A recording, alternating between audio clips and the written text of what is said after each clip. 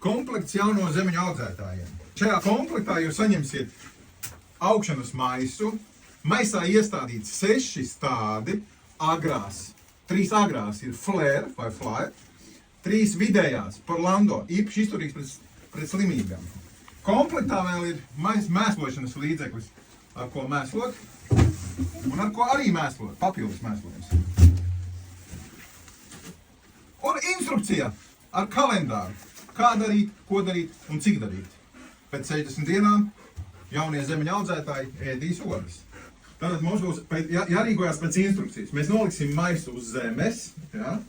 Maiss ir 6 stādi, un lai viņi labāku aug, kad mums sāksies augšanas sezona, mēs viņus laistīsim. Mazā leikana jums pašiem jāatrod, jums tāda liela, bet būs ļoti maza, un tad mums nāk līdzi komplektam, nāk līdzi tāds zemeņu mēslojums. Melnais, to mēs šķaidīsim leikanā pēc instrukcijas, un dosim katram stādām pa bišķim. Ja?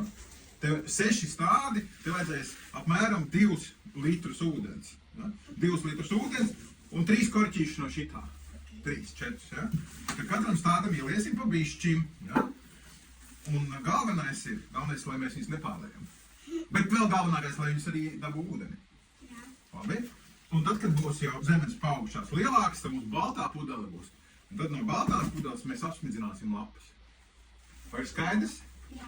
Un tad, kad būs 60 dienas, tad būs ogas. Tad būs tāds krūms un daudz ogu. Ja?